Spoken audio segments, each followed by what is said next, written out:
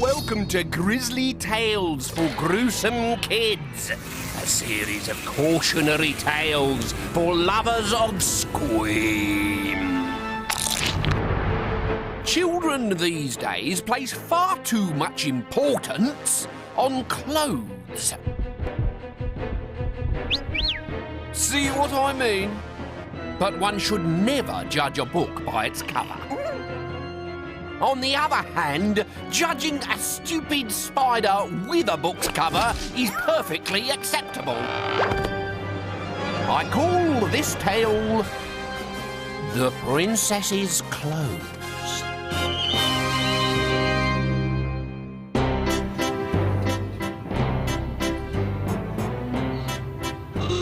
Once upon a time, in a faraway town called Crawley, there lived a beautiful princess. She wasn't really a princess, that was just what her fat-headed father called her.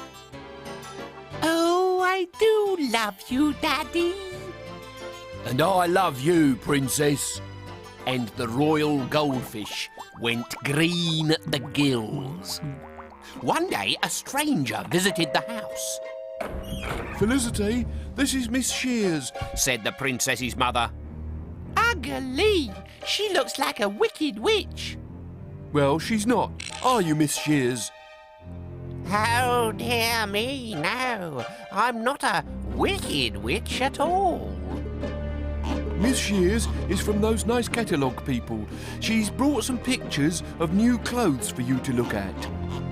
But Daddy always buys my clothes, bawled the pampered princess. Which was true. Daddy was a bit of a softy where spending shed loads of cash on his precious princess was concerned. And as a result, she had the biggest and prettiest collection of clothes in all of England. Little wonder then that Felicity was quite such a monster. You stupid woman! I can't wear that flamingo pink belt with this leopard print skirt. Bring me my tortoiseshell braces. It was unnatural for a child to be quite so obsessed with her clothes, which was why her mother had decided to put a stop to it. Now, wouldn't you look lovely in that? Pukerama, pouted the princess. or this denim dress. They're quite the rage now.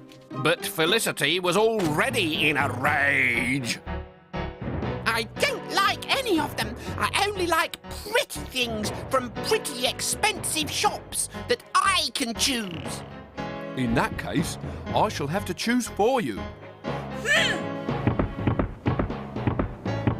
And the two women sat there all day until her mother had bought Felicity a whole new wardrobe of clothes.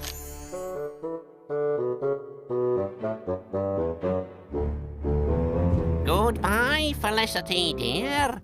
See you very soon. Felicity was hiding upstairs, pretending she couldn't hear, but she could.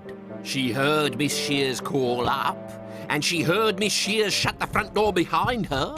But when she looked out of the window to see the bearded witch leaving through the garden gate, Miss Shears wasn't there. She had vanished. Felicity didn't talk to her mother for a week. When the parcel arrived from Miss Shears, she hid in the garden shed. I'd rather live with spiders and beetles than live with you and those clothes. You haven't seen them yet. Come inside and try them on. But Felicity refused. She stayed in the shed until she accidentally got a smudge on her cardigan. Only then did she come inside to fetch a clean one. But when she opened her wardrobe, she fainted. Her beautiful clothes had been locked away in a top cupboard, and in their place hung the cheapest, most revolting-looking garments that Felicity had ever seen. And what was worse, her mother wanted her to wear them. No, said Felicity. Yes, said her mother. She tried to strike a deal. No, said her mother. Yes, Said Felicity. Wouldn't it be easier to let her have her pretty clothes back? No, it would not. But she's my princess, and princesses can do what they want. She's a spoilt little brat, and she'll do as she's told.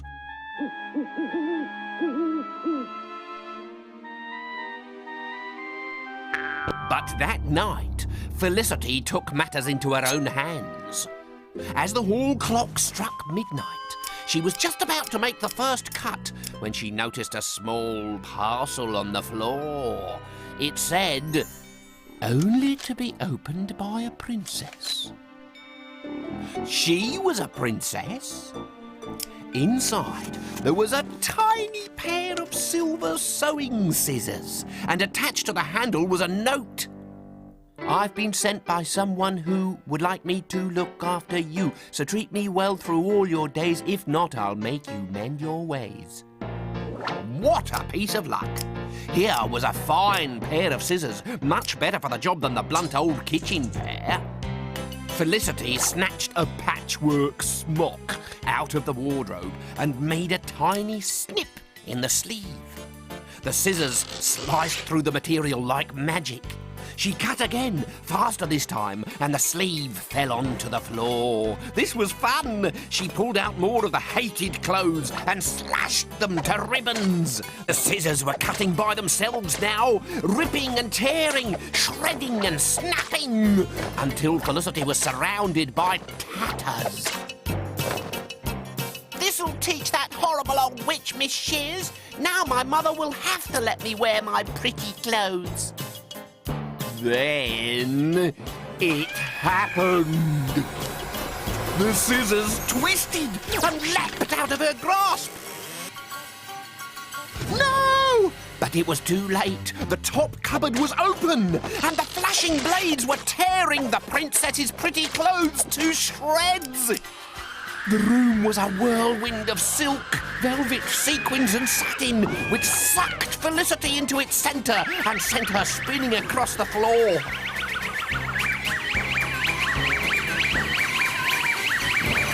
That was when she saw the face at the window. It was only there for a minute, but there was no mistaking the pointy chin or the 3 black hairs. It was Miss Shears on a broomstick.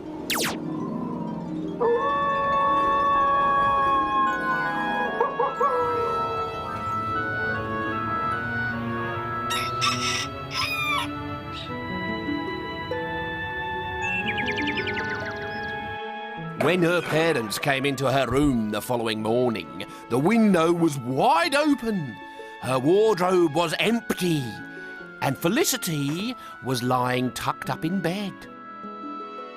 Princess, Gasped her father. what's happened? I'm not a princess. Said Felicity. I'm Felicity, and I haven't got any clothes to wear. So from that day on, she went to school in a blanket. Which is something sad spiders might like to think about. Spindle shanks. Now run off and change, or you'll go to school with this. A bear behind.